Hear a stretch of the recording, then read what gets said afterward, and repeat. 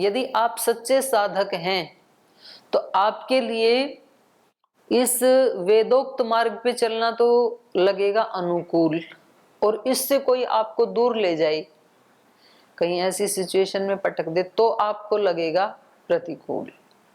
ये पहचान है, व्यक्ति अपनी पहचान कर सकता है, उसको कहाँ अनुकूलता मालूम पड़ती है।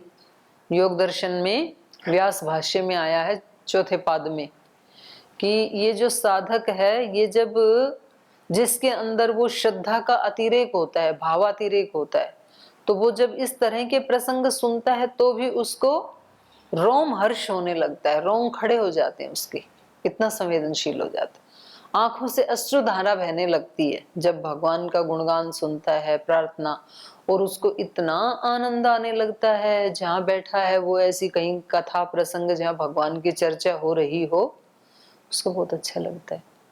और यदि उसके अंदर ये श्रद्धा, भक्ति, प्रीति ईश्वर से ये यदि नहीं है तो फिर उसको बहुत बोरिंग लगता है वहां पे।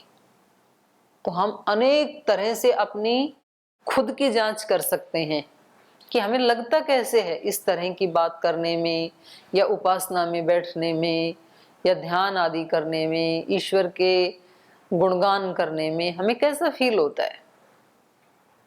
तो ये हमारी कसौटी है।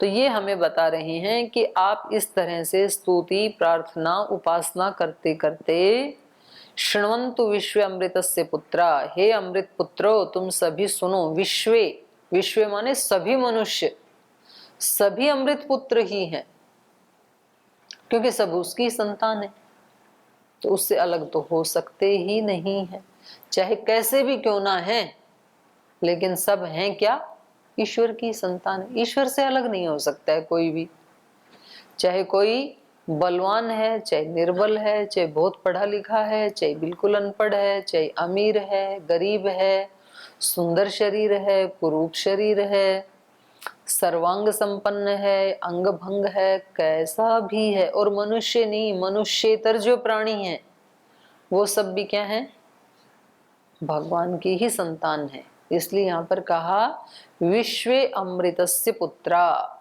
सभी अमृत पुत्रों।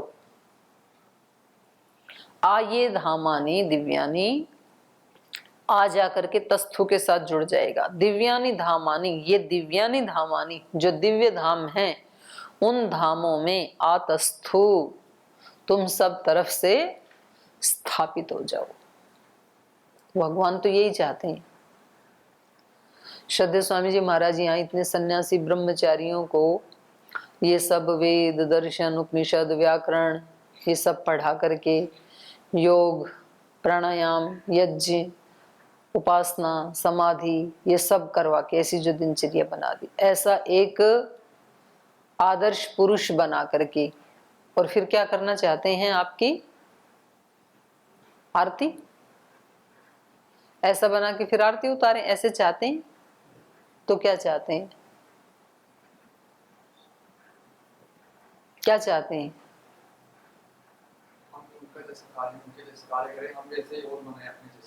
हाँ।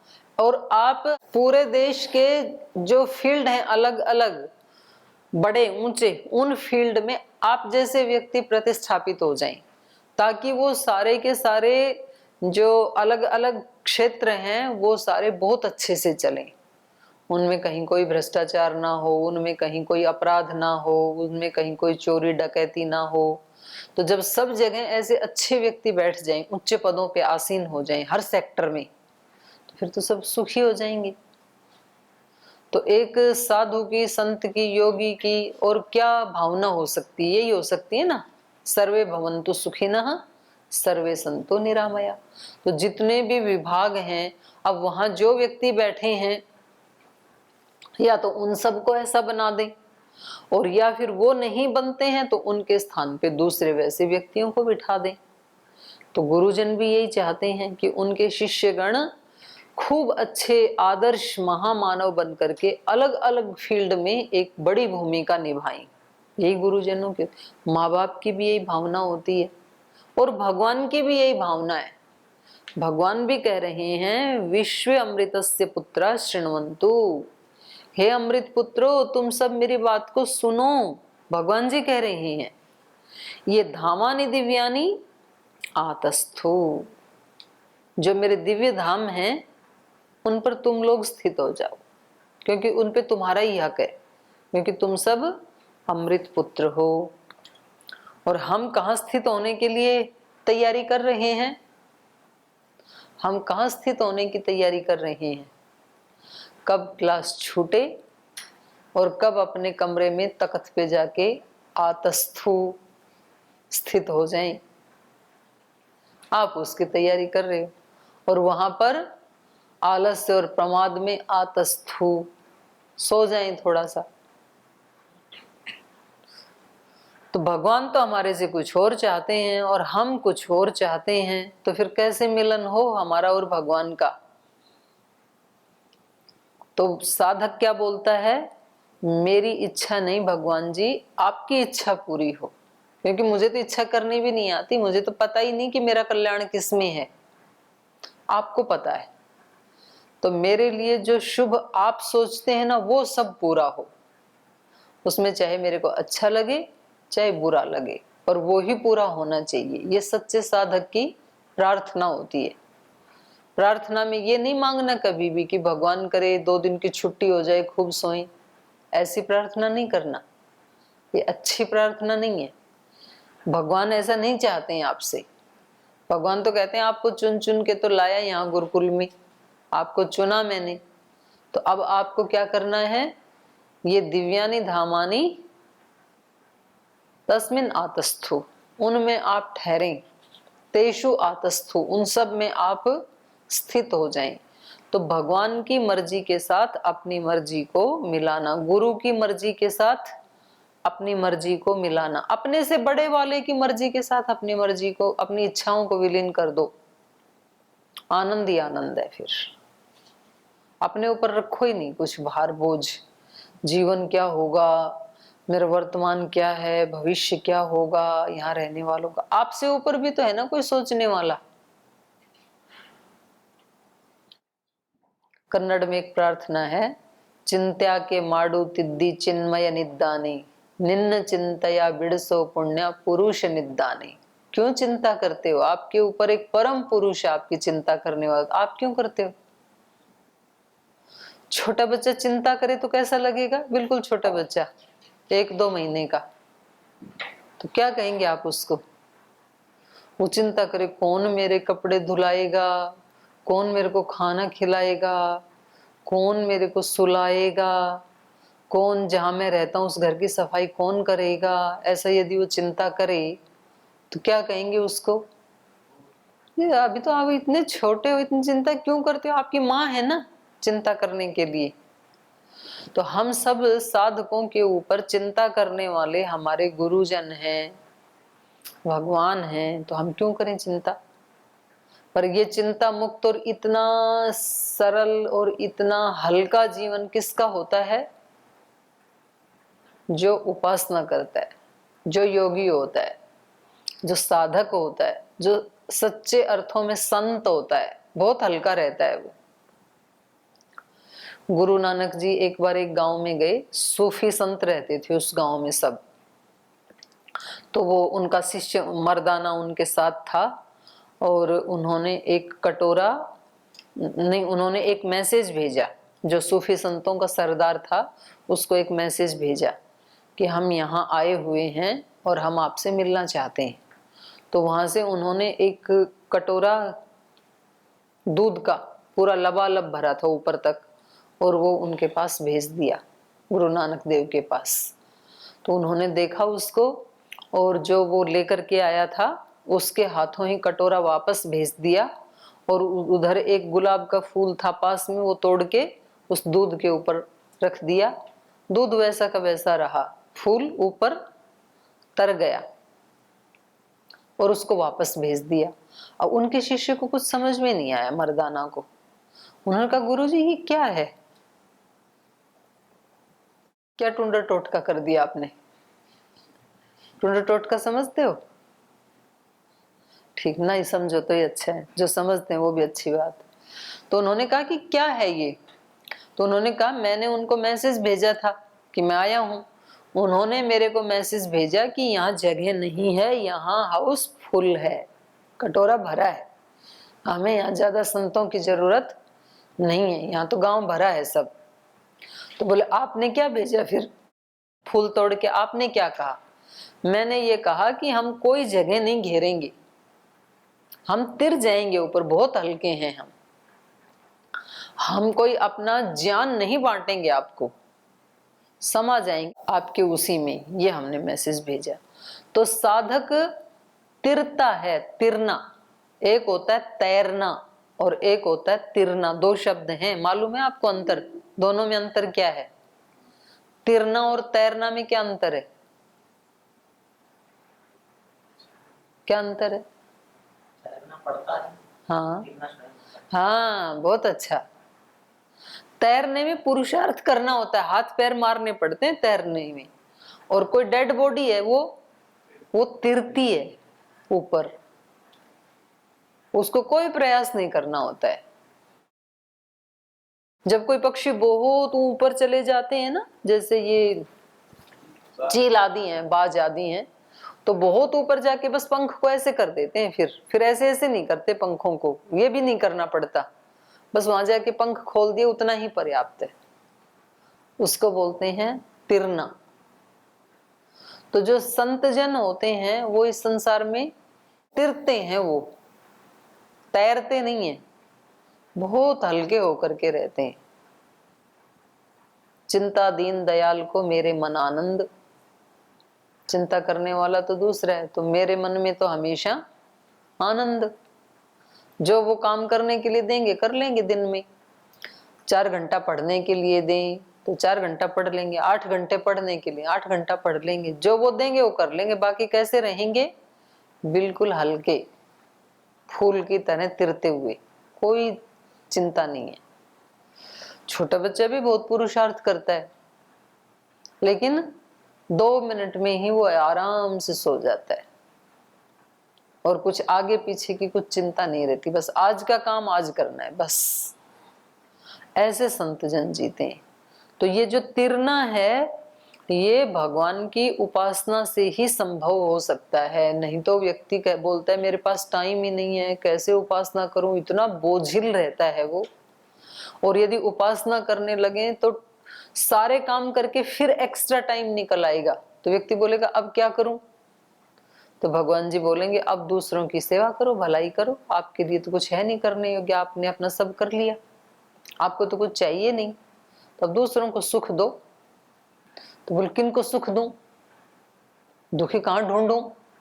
बोल कहीं ढूंढने मत जाओ, आपके आसपास जो रहते हैं उनको ही छोटे छोटे सुख देने शुरू कर दो। बोले यहाँ तो पहले से ही सारे ही सुखी हैं, तो फिर अपने मन मन में भावना कर लो कि सुखी ही रहें, लोका समस्ता सुखिनो भवन्तु, सारे लोग सुखी हों।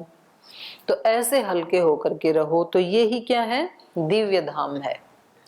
आये दिव्यानि धामानि, ये दिव्यानि धामानि आतस्थु। तो ये हमें महर्षि दयानंद बता रहे हैं। आगे कह रहे हैं, देखो 7वां मंत्र, युनक्त सीरा वियुगा तनुध्वम कृते योनौ वपतेह बीजम गिरा च सृष्टि सभरा असन्नो नेदीय इत्सृण्य पक्वमेयात्। तो ये करें, हे योगिनः यूयम, आप सब, तुम सब, योगाभ्यास उपासनेन, योगाभ्यास और उपासना के द्वारा परमात्म योगेन आनंदम, परमात्मा के आनंद को तद युक्ता भवत, उससे युक्त हो जाओ आप। योगाभ्यास और उपासना के द्वारा भगवान के आनंद के साथ अपने आप को जोड़ लो।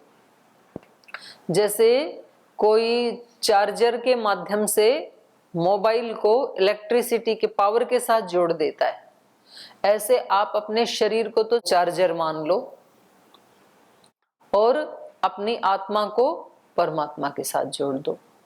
शरीर को चार्जर मतलब ये बताएंगे कैसे बैठना है, तो उसमें कमर भी सीधी, आसन कौन सा हो, गर्दन रीढ़ की हड्डी की स्थिति कैसी हो, मन की स्थिति कैसी हो, तो समझ लो कि चार्जर अभी ठीक से लग गया। तो तो पावर आ जाएगी उसमें, जड़ में। और यदि चार्जर ठीक से नहीं लगा, कहीं लूज कनेक्शन है, तो पावर नहीं आएगी। अगर हमने उपासना में अपना कनेक्शन लूज रखा, पावर नहीं आएगी। या फिर उसमें कोई फॉल्ट है वायर में, चार्ज में, चार्जर में, तो भी नहीं आएगी। तो शरीर में यदि कोई रोग आदि है, कोई शोक है, तनाव है, आलस्य है, प्रमाद है, पोजीशन सही नहीं है, तो फिर उसका प्रवाह नहीं होगा इलेक्ट्रिसिटी का, पावर का। पावर का प्रवाह होने के लिए, जैसे जल का प्रवाह करना है किसी नाली में से, तो नाली कैसी होनी चाहिए? सीधी होनी चाहिए। यदि कहीं ऐसे ऐसे बेंड बेंड हो रखी है, तो फिर पानी आगे प्रवाह नहीं करेगा, फिर नहीं जाएगा, प्रवाह रुक जाएगा फिर। तो इसलिए इन्होंने हमें बताया था कि आप अपनी सारी जो युनक्त सीरा वियुगा तनुध्वम कृते योनौ वपतेह बीजम। अच्छा, इससे पहले वाला तो कर लिया था ना। यूयम योगाभ्यास उपासनेन, योगाभ्यास के द्वारा और उपासना के द्वारा परमात्म योगेन आनंदम तद युक्ता भवतः। तो ये उपासना ही मात्र एक ऐसी पद्धति है, एक ऐसा तरीका है जिससे हम ईश्वर के आनंद को प्राप्त कर सकते हैं, उससे युक्त हो सकते हैं। एवं इस प्रकार से मोक्ष सुखम सदा विस्तारयत, इस मोक्ष के सुख को सदा विस्तारयत, विस्तृत करो, बढ़ाओ। 1 घंटे के लिए मोक्ष का सुख मत लो, बल्कि उसको पहले 1.5 घंटे के लिए विस्तारयत, फिर 2 घंटे के लिए विस्तारयत, फिर 3 घंटे के लिए विस्तारयत, फैलाते जाओ। और फिर पूरे दिन के लिए, कल की चिंता नहीं है, आज का पूरा दिन कैसे जीना है? सुखपूर्वक। तो सुबह सुबह वही तो प्रार्थना की जाती है, उतेदानीम भगवन्तस्यामोत प्रपित्व उत मध्ये अन्नाम उतोदिता मघवंत सूर्यस्य वयं देवानाम सुमतौ स्याम। अभी इस समय सुबह भी, उत मध्ये अन्नाम, दिनों के मध्य भाग में अर्थात दोपहर में, और शाम को कैसे रहेंगे? देवानाम सुमतौ स्याम, दैवी शक्तियों की सुमति में रहें हम, ऐसा संकल्प सुबह ही किया जाता है। कोई काम करना हो तो पहले उसका संकल्प किया जाता है। जैसे जिस दिन आपका जन्मदिन हो तो सुबह सुबह क्या संकल्प लेते हैं? आज मेरा जन्मदिन है, आज मुझे किसी के साथ झगड़ा नहीं करना है, आज मुझे सबके साथ प्रीति पूर्वक व्यवहार करना है, आज मुझे सबको आशीर्वाद ही देने हैं और बड़ों से आशीर्वाद लेने हैं। तो आपने सुबह सुबह अपनी फ्रीक्वेंसी को सेट कर दिया। तो फिर उस दिन अगर कोई थोड़ा बहुत आपके साथ प्रतिकूल आचरण करे तो भी आप क्या करोगे? झगड़ा करोगे कि नहीं करोगे? नहीं करोगे। आप कहोगे कि आज तो जन्मदिन है, छोड़ो कोई बात नहीं, टाल दोगे ना आप उसको, क्योंकि आपने सुबह सुबह संकल्प किया है। ऐसे ही हम किसी दिन संकल्प करते हैं, आज तो होली है, आज तो दिवाली है, आज तो जन्माष्टमी, आज तो गुरु पूर्णिमा है, तो आज का दिन मुझे कैसे जीना है? आनंद के साथ, सुख के साथ। तो एक बार सुबह सुबह आपने अपना माइंड सेट कर दिया, दिन तो दिन जैसा ही है, कल भी वैसा ही, आज भी वैसा ही, वही सुबह, वही दोपहर, वही शाम, वही सूर्य, वही दिशाएं, वही धरती, सब कुछ तो वही तो है। तो होली में मतलब क्या हुआ नया? हमारे माइंड की सेटिंग हमने चेंज कर दी और कुछ भी नया नहीं है वहां पे, माइंड सेटिंग नई है हमारी। तो हमारे ऋषि कहते हैं कि सुबह सुबह रोजाना ऐसी सेटिंग कर दिया करो, क्योंकि जीवन का तो कोई भरोसा नहीं है। तो सुबह ही सुबह ये संकल्प ले लो कि मुझे आज दिन भर क्या रहना है? देवानाम सुमतौ श्याम, देवों की सुमति में रहना, देवों के साथ रहना है, असुरों के साथ नहीं रहना है। तो ये ही महर्षि दयानंद कह रहे हैं कि आप मोक्ष सुखम सदा विस्तारयत, अपने मोक्ष के सुख का सदा विस्तार करते रहो। उपासना युक्तानि कर्माणि, कर्म कैसे करने हैं आपको? उपासना युक्तानि, उपासना से युक्त होकर के केंद्र में भगवान को रख के सारे कर्म करो, पढ़ाई करो, आनंद आएगा। फिर पढ़ने में भी, याद करने में भी आनंद आएगा, सुबह उठने में भी आनंद आएगा। आपको सुबह सुबह एक तो जिसकी उठाने में पर्याय है वो व्यक्ति आकर के आपको उठाए, निकलो कमरे से बाहर, और एक दिन आपको श्रद्धेय स्वामी जी महाराज कमरे में आके बताएं, चलो बेटे बाहर चलो, तो कैसे दौड़ के आओगे आप? पहले तो गुरु जी के चरण छूओगे। कितना बड़ा मेरा सौभाग्य कि गुरु जी मुझे बाहर ले जा रहे हैं, उठाने के लिए आई। तो उठना बुरा लगेगा कि अच्छा? आप तो बोलोगे भाग्य खुल गए जो हमारे कमरे में गुरु जी आ गए। तो आप तो कूदते हुए बाहर आओगे। और प्रतिदिन कैसे बाहर आते हो? आंखें मसलते हुए, गिरते उठते आते हो, जब दूसरे उठाते हैं तो जब हम काम करेंगे ईश्वर के लिए तो कैसे हो जाएंगे हमारे कर्म? उपासना युक्तानि कर्माणि। जब हमें ये पता लगा हम भगवान के लिए कर रहे हैं, जब हमें पता लगा कि उठ के हम गुरु के लिए जा रहे हैं, गुरु जी उठा रहे हैं हमें, तो हमारे कर्म कैसे हो जाएंगे? उपासना युक्तानि। उपासना युक्तानि कर्माणि प्राण आदित्य युक्तानि नाड़ीश्च। और हमारी ये नस नाड़ी जो है, नव्स जो है, वो कैसी होनी चाहिए? प्राण से युक्त और आदित्य युक्ता, तेज से युक्त। प्राण वायु या प्राण शक्ति कहो, केवल वायु ही नहीं होती है, प्राण एक शक्ति है। तो प्राण शक्ति जब हमारे नव्स में पूर्ण रूप से प्रवाहित होती है तो तब तो हमारा बच्चे जैसा जीवन होता है। और उसका प्रवाह जब रुक जाता है तो वृद्धावस्था है, वो रोगी अवस्था है, वो जरा अवस्था है शरीर की। तो इसलिए कह रहे हैं कि हमारे कर्म ऐसे हों कि हमारी सभी नाड़ी जो है वो क्या हो? प्राणादित्य युक्ताश्च नाड़ी। और युक्त उपासना कर्माणि योजयत। युनक्त, युनक्त का मतलब है उपासना कर्माणि योजयत। सारी एक एक नाड़ी, एक एक अंग प्रत्यंग, शरीर का एक एक सेल पूर्ण रूप से समर्पित होकर के काम क्या करे? भगवान की उपासना ही करे। एवं कृते योनौ। तो इस प्रकार से अंतःकरणे शुद्धे कृते, ऐसे करने से अंतःकरण शुद्ध हो जाता है हमारा। इस तरह से काम करते हैं। एक तो रोते रोते पढ़ाई करें, बर्डन समझ के पढ़ाई करें, तो अंतःकरण कैसा हो जाएगा? अशुद्ध, दूषित। और हंसते हंसते भाव पूर्वक, चाव पूर्वक पढ़ाई करें, चाव पूर्वक सफाई करें, चाव पूर्वक घर के कामकाज निपटाएं, चाव पूर्वक अपने कक्ष में सफाई आदि करें, तो उससे अंतःकरण कैसा होगा? शुद्ध हो जाएगा उससे। तो अब आपके हाथ में है, आप अपने अंतःकरण को कैसा बनाना चाहते हैं? शुद्ध की अशुद्ध? शुद्ध बनाना चाहते हैं तो आपको योग उपासना से युक्त कर्म करने हैं। शुद्धे कृते परम आनंद योनौ कारण आत्मनि।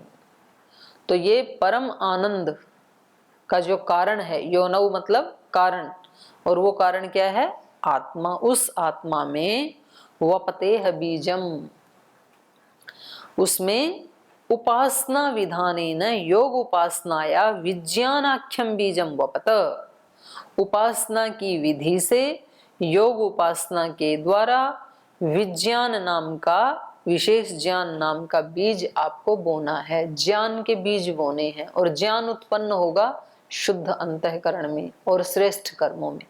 गीता में भी इस शरीर को क्षेत्र कहा है, जो 15वां अध्याय है ना, क्षेत्र क्षेत्रज्ञ है, 13वां।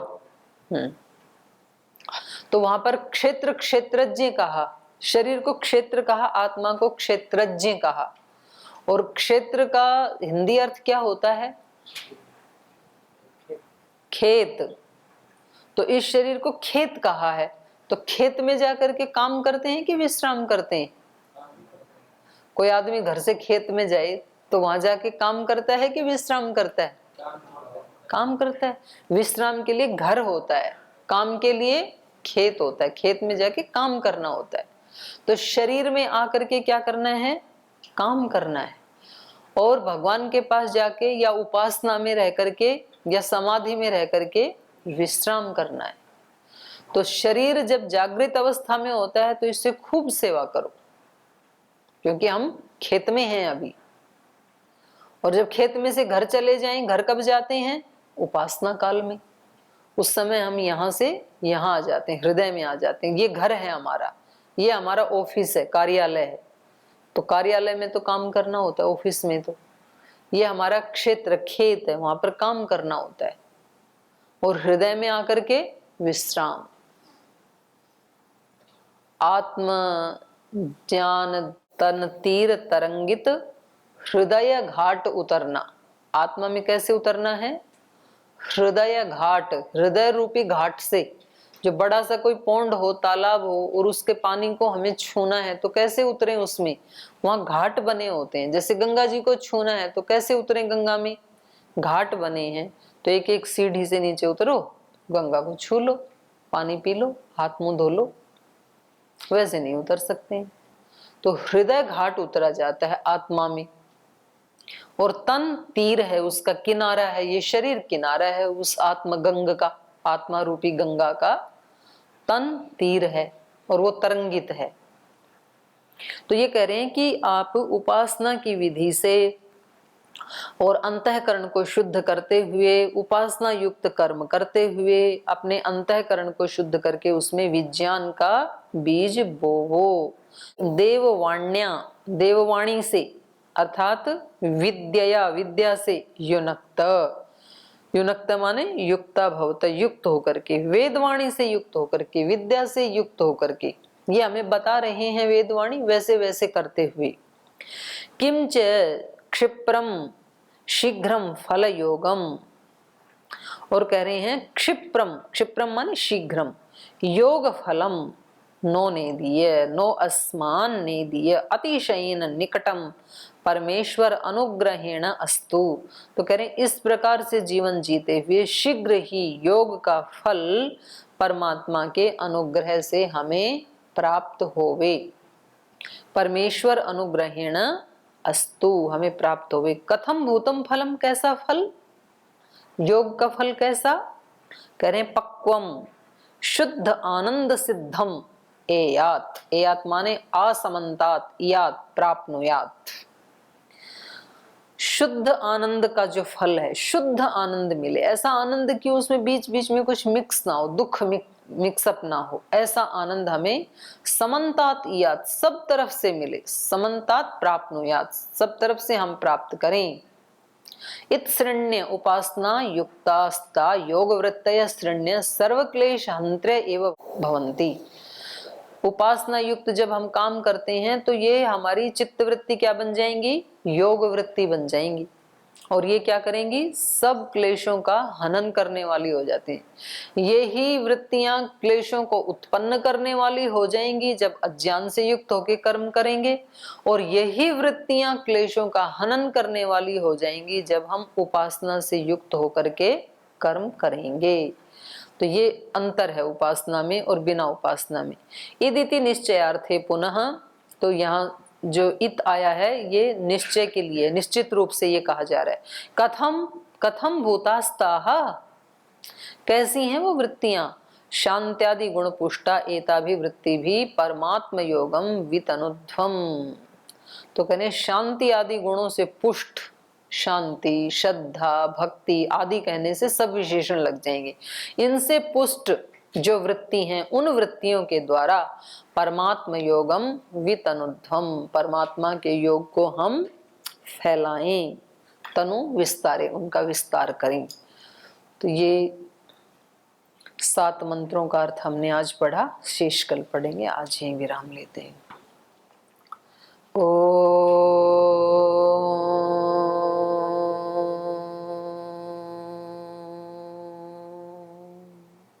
शांति शांति शांति। श्री गुरुभ्यो नमः।